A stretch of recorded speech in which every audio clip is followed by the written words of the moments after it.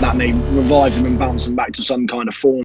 I think this is going to be the right place and the right time for them here. I mean, he's a pocket rocket, isn't he? This horse is in the top 3, top 5 hurdlers in the UK and Ireland. En route to Gold Cup victory. Are you ready? Are you ready for more?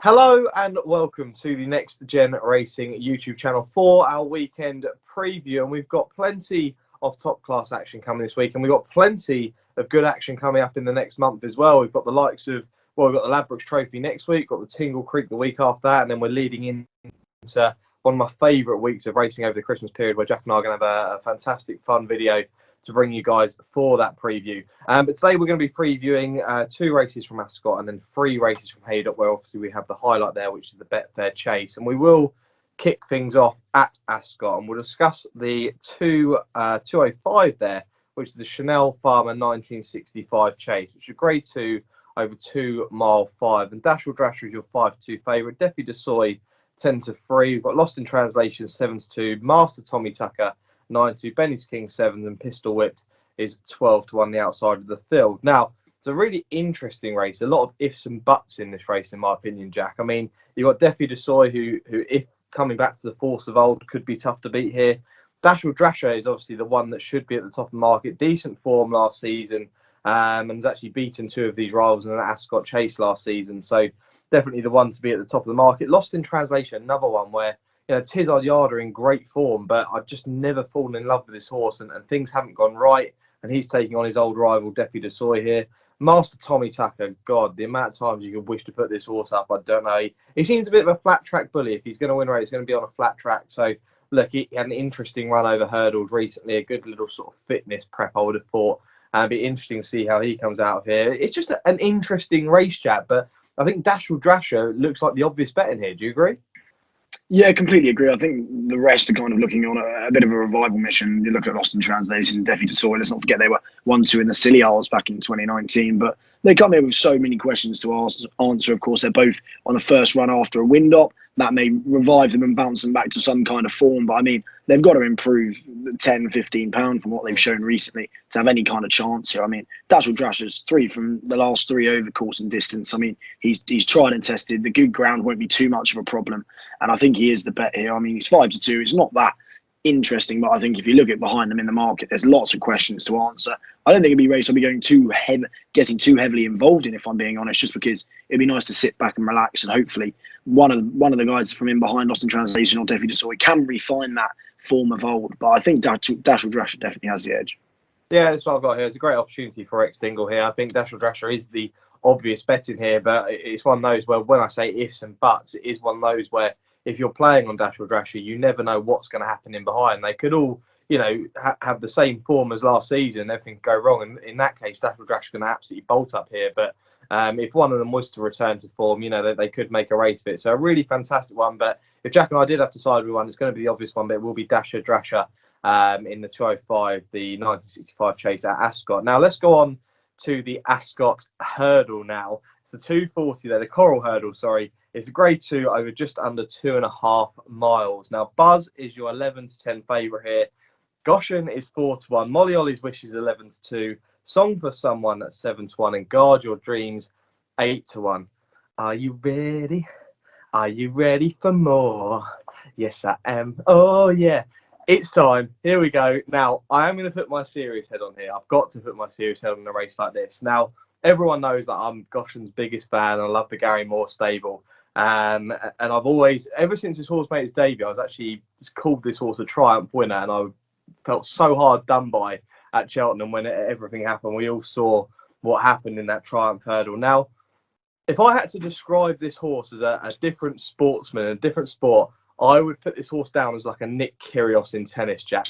A horse that, look, he's got all of the ability. He could be up there as one of the top in the game, but he just doesn't have the mind for it. Now, another sort of, you know, season under the belt, and potentially this horse could have mentally come together to step up in trip for this horse as well. It is really fascinating, but I'm going to say it now. I think this horse is still potentially in the top 3, maybe top 5 at least, hurdlers in the UK and Ireland. Now, it's a bold statement, it really is, but I genuinely do believe if this horse is on a going day, this horse is in the top 3, top 5 hurdlers in the UK and Ireland. I really do. And look, we look at the run at Cheltenham. This horse won't go to Cheltenham again. We know this horse isn't going to go there.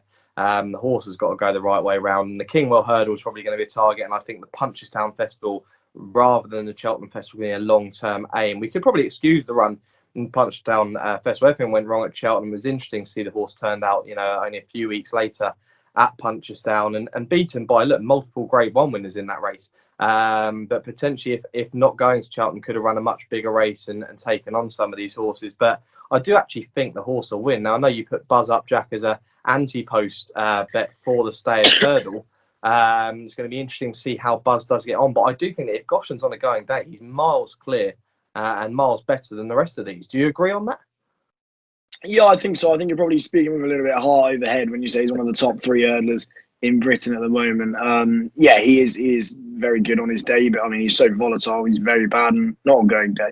Which Goshen you're going to get? Who knows? I mean, when I went to visit him, he was as calm as anything in his box, and I was thinking, what on earth is going on here? How do you turn into what you do when you get onto the track? But I mean, he's a pocket rocket, isn't he? Who knows what he's going to bring out? But I do think Buzz is way too short in here at even money. It must be said. I mean, I know, of course, he has the form last season in that Aintree hurdle, but I mean, although he's won the Cesarewitch, I think he has quite a bit to prove going back over hurdles, especially after the break from Aintree. So I think even money is just far too short. And I'm actually going to go for the outside of the field, and that's Guard Your Dreams. I know he's got about £10-15 to find on everything in here, but he's improving. I mean, he's only 5 years old, and of course the Cheltenham Handicap, which he won off top weight last time out, which I think he did really nicely. He travelled around the home bed with an absolute ease. I mean, of course, he beat Art Approval, has then subsequently gone on to win at Cheltenham as well. And I just think he's improving.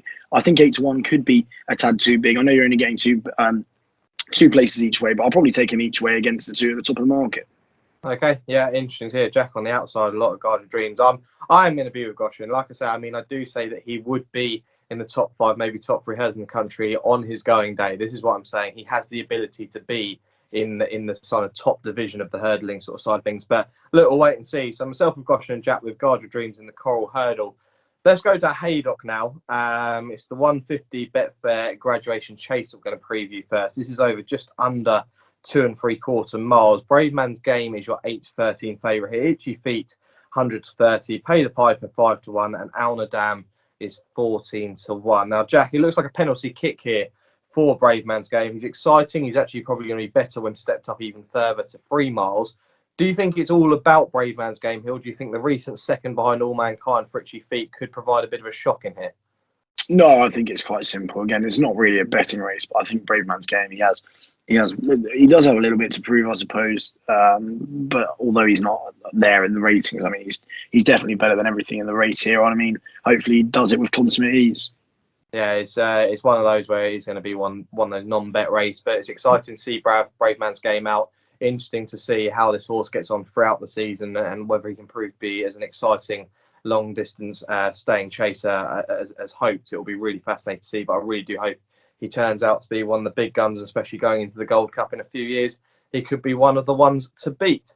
Let's go on to the 225. Now, this is a race where we've actually got quite a few runners and some decent prices. This is the Betfair Exchange Stayers Handicap Hurdle. This is a Grade 3 handicap over 3 miles. Now, Riggs is your 5-1 favourite here. Right Place, Right Time 11-2. Orby's Legend 7-1. Bash Rock or Base Rock is 17-2. Flight Deck 10-1. Stony Mountain and Dr. Duffy 11s. If the Cap Fits, Brinkley and Did They Leave You Out 2 12s and 16-1 bar these. Jack, here we go. Now it's time to potentially have a bet this weekend and one to find a big price. Have you got one potentially at double figure odds? Yeah, I mean, it's quite as these handicaps are. It's a pretty tricky race. I'm a big fan of Brinkley. I think he's a lot better than his current mark. It actually is, but I think he just needs the ground a bit softer. If the ground was a bit softer, I'd be pretty keen on him. But I'm going to go with the 8-year-old Don Levon, who, of course, finished second last time out, recorded a career best in the Welsh Champion Hurdle. I think he could still be improving. I know he's 8 years old, but I was really impressed with that run. He stayed on at the line really nicely. I mean, he's been put up £2 for that. I don't think that's too much. So he's only carrying 10 stone 12. He gets on with Isabel Williams really well as well. So I think at 16-1, he's probably a little bit too big a price each way. Okay, there we go. Yeah, interesting to hear a nice big price from Jack. I'm probably going to go with one of the most gambled horses in the race. It is the Irish horse, Right Place, Right Time. Now, Harry Kimber's aboard this horse, a jockey who is going places, £7 claimer, a great ride for him here. Now, this horse was very impressive in a beginner's chase over in Ireland just recently, and now going back over hurdles, rated 125, going for rated 125. Now, what's fascinating to see is only last season, this horse here was beaten by the Boss's Oscar by 2 lengths, and that horse was rated 150 over hurdles, so £25 better than right place, right time here. Look, the horse jumps well over hurdles, stays for days, and I think this could be well suited with a £7 claimer on board. I think this is a huge chance, and with the Irish, they're still dominating potentially, the national hunt game. I think this is going to be the right place and the right time for them here, and I'll be with right place, right time at the prices. So it'll be interesting to see. That's Jack and R selections for the Stayers Handicap Hurdle at Haydock, and we'll go on to the big one now. Now, this is a hell of a race and a very intriguing one. It's the 3 o'clock. It's the Betfair Chase, a Grade 1 over 3¼ miles. Applutard is your 13-8 favourite here. Bristol de Mai is 7-2. Waiting Patiently is 6-1. Next Destination 15-2. Royal Pagaille is 9-1. Imperial Aura 10-1. 33-1 about the other two in here.